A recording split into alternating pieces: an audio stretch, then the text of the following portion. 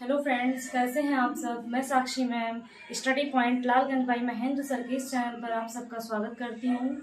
मैं आशा करती हूँ कि आप सब स्वस्थ होंगे, मस्त होंगे और अपनी अपनी पढ़ाई में व्यस्त होंगे। तो जैसा कि जो फर्स्ट टॉपिक था क्लास 10th का फर्स्ट चैप्टर लाइफ प्रोसेस वो ख़त्म हो चुका है और अब दूसरा चैप्टर स्टार्ट हुआ है हेरिडिटी एंड एवोल्यूशन। तो जो फर्स्ट चैप्टर है, अगर आपने उस वीडियोस को ना देखा हो तो मैं लिंक डिस्क्रिप्शन में दे दूंगी। आप उस वीडियोस को ज़रूर देखिएगा, उस पूरे चैप्टर को ज़रूर पढ़िएगा। आपको काफ़ी उससे हेल्प मिलेगी, आपके लिए वो वीडियोस काफ़ी हेल्पफुल हैं। और जो सेकंड चैप्टर है हेरिडिटी एंड एवोल्यूशन, वो उसका मैंने इंट्रोडक्शन पूरा दे दिया था। अब देखना है उसमें कि जो मेंडल ने एक्सपेरिमेंट किया था वो मेंडल का एक्सपेरिमेंट क्या है, और मेंडल ने एक्सपेरिमेंट केवल पी के प्लांट पर ही क्यों किया था, उन्होंने और कोई प्लांट क्यों नहीं चूज किया, और क्या जरूरत पड़ी थी उनको ये एक्सपेरिमेंट करने की। फर्स्ट टॉपिक तो यही होता है कि उनको ये एक्सपेरिमेंट जो उन्होंने किया इसकी क्या इंपॉर्टेंस थी। उसके बाद उन्होंने जब ये मान लीजिए एक्सपेरिमेंट किया भी तो केवल पी का ही प्लांट क्यों चूज किया और कोई प्लांट उन्होंने क्यों नहीं चूज किया, ये दूसरा टॉपिक हो जाता है। तो आप सब जैसा कि जानते होंगे, आप लोगों के माइंड में ये बातें आती होंगी कि जो मेंडल ने एक्सपेरिमेंट किया है केवल उन्होंने पी के प्लांट पर ही क्यों किया और उन्होंने एक्सपेरिमेंट करने की उनको क्या आवश्यकता थी। तो ये सब कुछ हम जानते हैं कि मेंडल का जो एक्सपेरिमेंट है वो कैसे हुआ था, उन्होंने कैसे पी के प्लांट पर एक्सपेरिमेंट किया और एक्सपेरिमेंट करने के बाद जो लास्ट में उन्होंने ऑब्जर्वेशन किया, उस ऑब्जर्वेशन में क्या मिला उनको। तो हम ये सब देखते हैं। तो आइए देखते हैं, हम स्टार्ट करते हैं अपना टॉपिक मेंडल्स एक्सपेरिमेंट। अब यहाँ पर पहला तो यही हो जाता है कि why he choose P plant, उन्होंने पी का ही प्लांट क्यों चूज किया। क्योंकि यहाँ पर 4 टॉपिक मैंने लिखे हैं, 4 पॉइंट कि जो उन्होंने पी का प्लांट चूज किया था उसके पीछे क्या रीजन था। यानी कि जो मेंडल ने एक्सपेरिमेंट किया है, मेंडल महोदय जो थे उन्होंने जो पी के प्लांट पर एक्सपेरिमेंट पूरा किया है, उन्होंने केवल पी का ही प्लांट क्यों चूज किया था उसके बारे में मैंने 4 पॉइंट कुछ लिखे हैं। आइए जानते हैं कि ये 4 पॉइंट क्या हैं और इन्होंने मेंडल ने जो इस पर एक्सपेरिमेंट किए हैं इन्हीं रीजन की वजह से उन्होंने केवल पी का ही प्लांट चूज किया था। तो फर्स्ट पॉइंट है P plant is an annual plant, यानी कि जो पी प्लांट होता है वो एनुअल प्लांट होता है।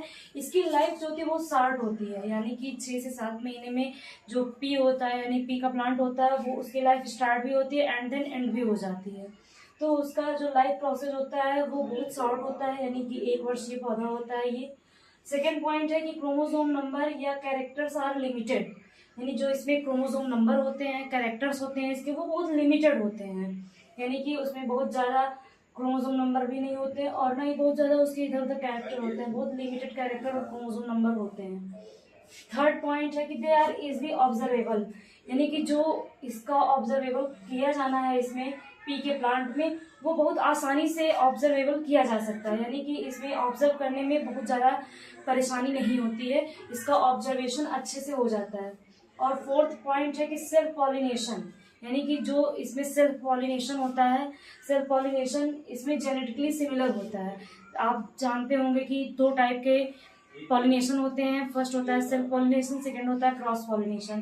तो जो पी का प्लांट है इसमें सेल्फ पॉलिनेशन होता है, इसमें क्रॉस पॉलिनेशन नहीं होता है। और सेल्फ पॉलिनेशन होने की वजह से इसका जो जेनेटिकली यानी कि इसका जो जीन होता है वो जेनेटिकली सिमिलर होता है। तो ये कुछ 4 पॉइंट थे जिनकी वजह से मेंडल ने केवल पी का ही प्लांट चूज किया था और अदर कोई प्लांट उन्होंने नहीं चूज किया। तो ये तो हो गए उन्होंने पी का प्लांट क्यों चूज किया। अब जब मेंडल ने एक्सपेरिमेंट अपना स्टार्ट किया था तो उन्होंने देखा कि जो पी का प्लांट है उनमें कुछ इस तरह के कैरेक्टर पाए जाते हैं और इसी कैरेक्टर की वजह से उन्होंने पी का प्लांट चूज किया। अब उन्होंने जब उसमें क्रॉस कराया तो पहला होता है मोनोहाइब्रिड क्रॉस। अब मोनोहाइब्रिड क्रॉस में हम जानते हैं कि उन्होंने जो पी का प्लांट लिया था कैसे, मतलब कोई टाल प्लांट था कि ड्वार्फ प्लांट था, कैसे प्लांट उन्होंने चूज किए और किस तरह से उन्होंने इसमें एक्सपेरिमेंट किए वो हम जानते हैं। तो पहला टॉपिक है मोनोहाइब्रिड क्रॉस। मोनोहाइब्रिड क्रॉस में only 1 character height of the plant, यानी कि एक ही कैरेक्टर के 2 प्लांट लिए गए हैं जिसमें कि एक टाल प्लांट है, एक शॉर्ट प्लांट है यानी कि ड्वार्फ प्लांट है, एक लंबा पौधा है और एक बौना पौधा है। जब इन दोनों को क्रॉस कराया जाता है तो एक हमको टाल प्लांट ही मिलता है जिसको हम फर्स्ट जनरेशन बोलते हैं। यानी कि एक टाल प्लांट एक ड्वार्फ प्लांट को जब मिला करके क्रॉस कराया गया यानी मोनोहाइब्रिड क्रॉस हुआ तो यहाँ पर एक टाल प्लांट मिला और उस टाल प्लांट को फिर टाल प्लांट से जब क्रॉस कराया जाएगा तो वहां पर सेकंड जनरेशन मिलेगी। बट ये जो टाल प्लांट और ड्वार्फ प्लांट से क्रॉस कराया गया, यहाँ पर जो हमको टाल प्लांट मिला इसको फर्स्ट जनरेशन बोलते हैं। तो हमने देखा कि इसमें जो मोनो हाइब्रिड क्रॉस है, इन्होंने मोनो हाइब्रिड क्रॉस में एक टाल प्लांट लिया, एक शॉर्ट प्लांट लिया यानी ड्वार्फ प्लांट लिया और दोनों को क्रॉस कराया। तो जो दोनों को क्रॉस कराने के बाद जो प्रोडक्ट मिला वो टाल प्लांट का प्रोडक्ट मिला। अब इस टाल प्लांट से फिर एक टाल प्लांट का क्रॉस कराया जाएगा जिससे कि हमको नेक्स्ट प्रोडक्ट मिलेगा और ये जो पूरा प्रोसेस होता है इसको फर्स्ट जनरेशन बोलते हैं। मेंडल का जो फर्स्ट जनरेशन था यानी कि जो उन्होंने इसमें मोनोहाइब्रिड क्रॉस कराने के बाद जब उन्होंने देखा कि जो एक टाल प्लांट था एक ड्वार्फ प्लांट था, टाल प्लांट और ड्वार्फ प्लांट का जब क्रॉस कराया उन्होंने तो एक टाल प्लांट मिला उनको। ये फिनोटिपिक या फिजिकल था। फिनोटिपिक या फिजिकल का मतलब कि यहाँ पर जो एक टाल प्लांट है एक ड्वार्फ प्लांट है, दो स्पीसीज को इन्होंने क्रॉस कराया और एक टाल प्लांट मिला। अब इस टाल प्लांट को जब उन्होंने दूसरे टाल प्लांट से क्रॉस कराया तो यहाँ पर सेकंड जनरेशन बनती है यानी F2 जनरेशन। और उन्होंने देखा इसमें कि एक टाल प्लांट से यानी एक टाल प्लांट और दूसरा टाल प्लांट से जब क्रॉस कराने के बाद उनको जो प्रोडक्ट मिला वो 3 तो टाल प्लांट मिलते हैं, एक ड्वार्फ प्लांट मिलता है। अब 3 टाल प्लांट में एक स्मॉल टी एक कैपिटल टी, फिर दूसरे में भी वही एक कैपिटल टी एक स्मॉल टी और तीसरे में दोनों कैपिटल टी और जो चौथा है इसमें दोनों स्मॉल टी। यानी कि दो तो सेम है जिसमें फर्स्ट एक कैपिटल टी है दूसरे में स्मॉल टी, लेकिन जो तीसरा उनको प्रोडक्ट मिला था उसमें दोनों कैपिटल टी थे। बट जो फोर्थ प्रोडक्ट है इसमें उनको दोनों स्मॉल टी मिले हैं यानी ड्वार्फ प्लांट मिले हैं। तो ये तीनों तो हो जाते हैं टाल प्लांट और एक ये ड्वार्फ प्लांट हो जाता है। ये जेनेटिकली डिवाइड होता है यानी कि इसमें जो डिवीजन हो रहा है क्रॉस जो करवाने के बाद एक टाल प्लांट को दूसरे टाल प्लांट से, तो यहाँ पर 3 टाइप के मिल रहे हैं यानी कि 3 तो हो जा रहे हैं टाल प्लांट और एक हो जाता है ड्वार्फ प्लांट। ये सेकंड जनरेशन में आता है।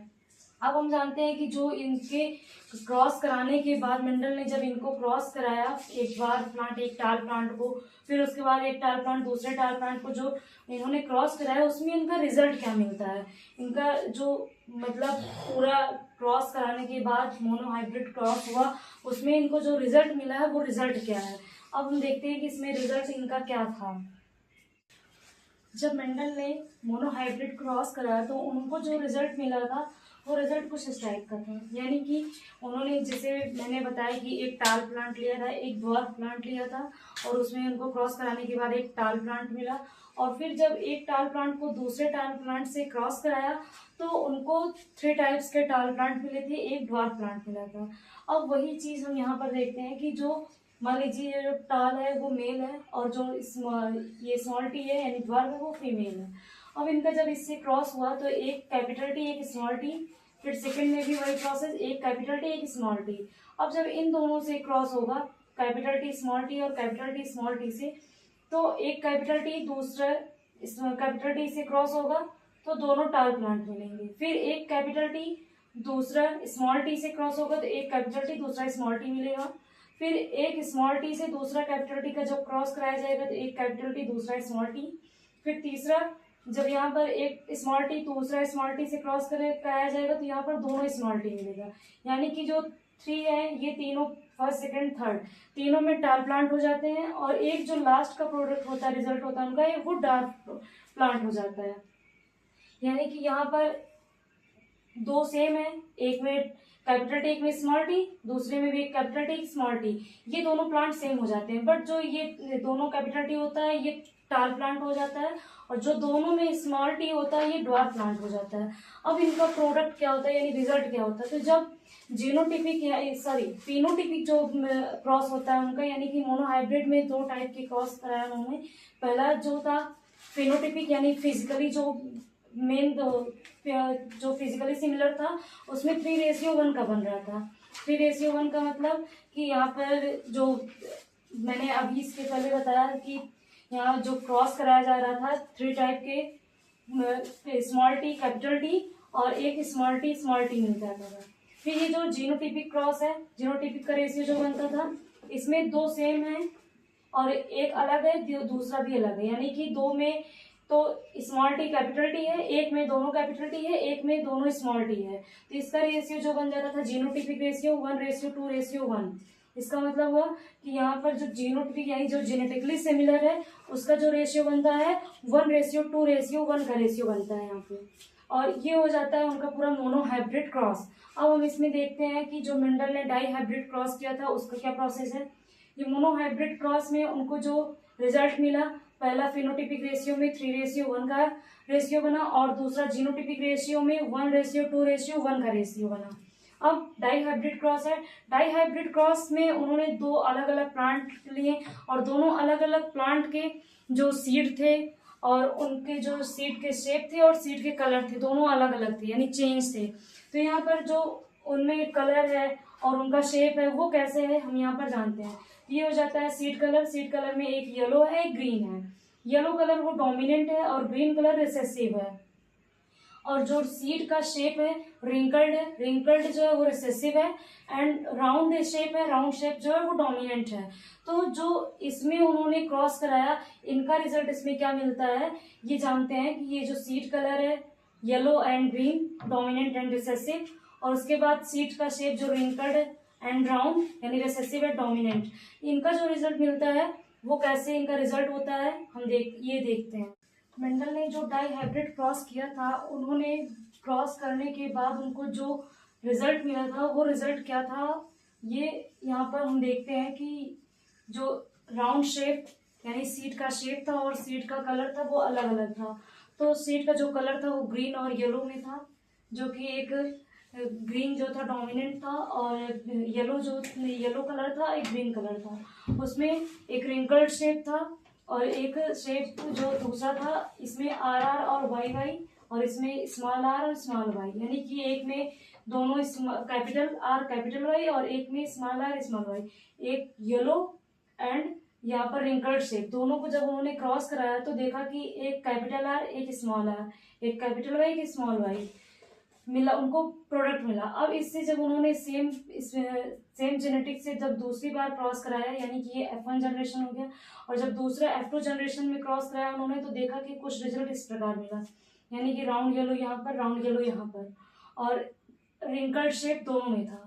उसके बाद जब उन्होंने क्रॉस कराया तो देखा कि यहाँ पर कैपिटल आर कैपिटल वाई, यहाँ पर भी कैपिटल आर कैपिटल वाई, यहाँ पर कैपिटल आर स्मॉल वाई, यहाँ पर भी कैपिटल आर स्मॉल वाई, फिर यहाँ small R capital Y small R capital Y, फिर small R small Y small R small Y. जब इनसे इनको यानी कि जो ये कैरेक्टर थे इनसे और ऊपर वाले कैरेक्टर को जब क्रॉस कराया तो उनको कुछ इस प्रकार से रिजल्ट मिला और ये रिजल्ट शो किया कि जो यहाँ पर डाई हाइब्रिड क्रॉस हो रहा है वो सही तरीके से यानी कंप्लीट हुआ कि नहीं हुआ। तो यहाँ पर जो उनको कुछ रिजल्ट मिला था तो रिजल्ट वो ऐसा था कि जो इंडिपेंडेंट असॉर्टमेंट हुआ था यानी कि जो उन्होंने पूरा प्रोसेस किया एक्सपेरिमेंट किया था उसमें उनको जो पूरा रिजल्ट मिला इंडिपेंडेंट असॉर्टमेंट में मेंडल्स लॉ ऑफ इनहेरिटेंस, यानी कि फर्स्ट था लॉ ऑफ डोमिनेंस। डोमिनेंस में जो डोमिनेंट होता था वो एक्सप्रेस्ड हो जाता था यानी डोमिनेंट विल बी एक्सप्रेस्ड। फिर सेकंड था law of segregation. Law of segregation में यहाँ पर जो उन्होंने रिजल्ट देखा था तो उसमें जो सेग्रीगेट थे वो अच्छे यानी कि आसानी से सेपरेट हो जाते थे, यानी कि वो सेग्रीगेट आसानी से कर जाते थे, दे विल सेग्रीगेट या सेपरेट आउट। फिर थर्ड तो जो था वो लॉ ऑफ इंडिपेंडेंट असॉर्टमेंट, यानी कि इसमें जो पूरा लॉ लगता था यानी जो क्रॉस कराया था उन्होंने मेंडल ने एक्सपेरिमेंट किया था पी पर, उन्होंने उसमें पूरा जो क्रॉस करने पर असॉर्टमेंट था वो इंडिपेंडेंट था यानी कि वो किसी पर आश्रित नहीं था। पूरा जो क्रॉस करने के बाद रिजल्ट मिला था वो पूरी तरह से इंडिपेंडेंट था। तो ये मेंडल का पूरा एक्सपेरिमेंट हो जाता है और उनको क्या रिजल्ट मिला था यहाँ पर मैंने देखा कि लॉ ऑफ डोमिनेंस है, लॉ ऑफ सेग्रीगेशन है, लॉ ऑफ इंडिपेंडेंट असॉर्टमेंट है। तो ये उनका पूरा रिजल्ट हो जाता है और रिजल्ट के बाद उन्होंने जो पूरा अपना एक्सपेरिमेंट किया था उसको कंप्लीट किया और यहाँ पर उनका मेंडल का जो एक्सपेरिमेंट है वो कंप्लीट होता है और यहाँ पर उनको रिजल्ट भी अच्छे से मिल जाता है। तो ये था मेंडल का एक्सपेरिमेंट। उन्होंने पी का जो प्लांट चूज किया था, क्यों किया था, और उनको एक्सपेरिमेंट करने के बाद क्या रिजल्ट मिला, रिजल्ट इंडिपेंडेंट था या फिर अनइंडिपेंडेंट था, वो भी मैंने देखा। तो मैं आशा करती हूँ कि आपको ये वीडियो अच्छी लगी होगी और आपको ये वीडियो काफ़ी हेल्पफुल भी होगी आपके लिए। तो नेक्स्ट वीडियो में हम जानेंगे कि सेक्स डिटर्मिनेशन क्या होता है। तो नेक्स्ट वीडियो सेक्स डिटर्मिनेशन के लिए रहेगी, और आज की जो वीडियो है ये मेंडल्स एक्सपेरिमेंट के लिए था। तो आपको अगर ये वीडियो अच्छी लगी हो तो लाइक, शेयर एंड सब्सक्राइब करना ना भूलें, और कमेंट भी जरूर करें। Thank you.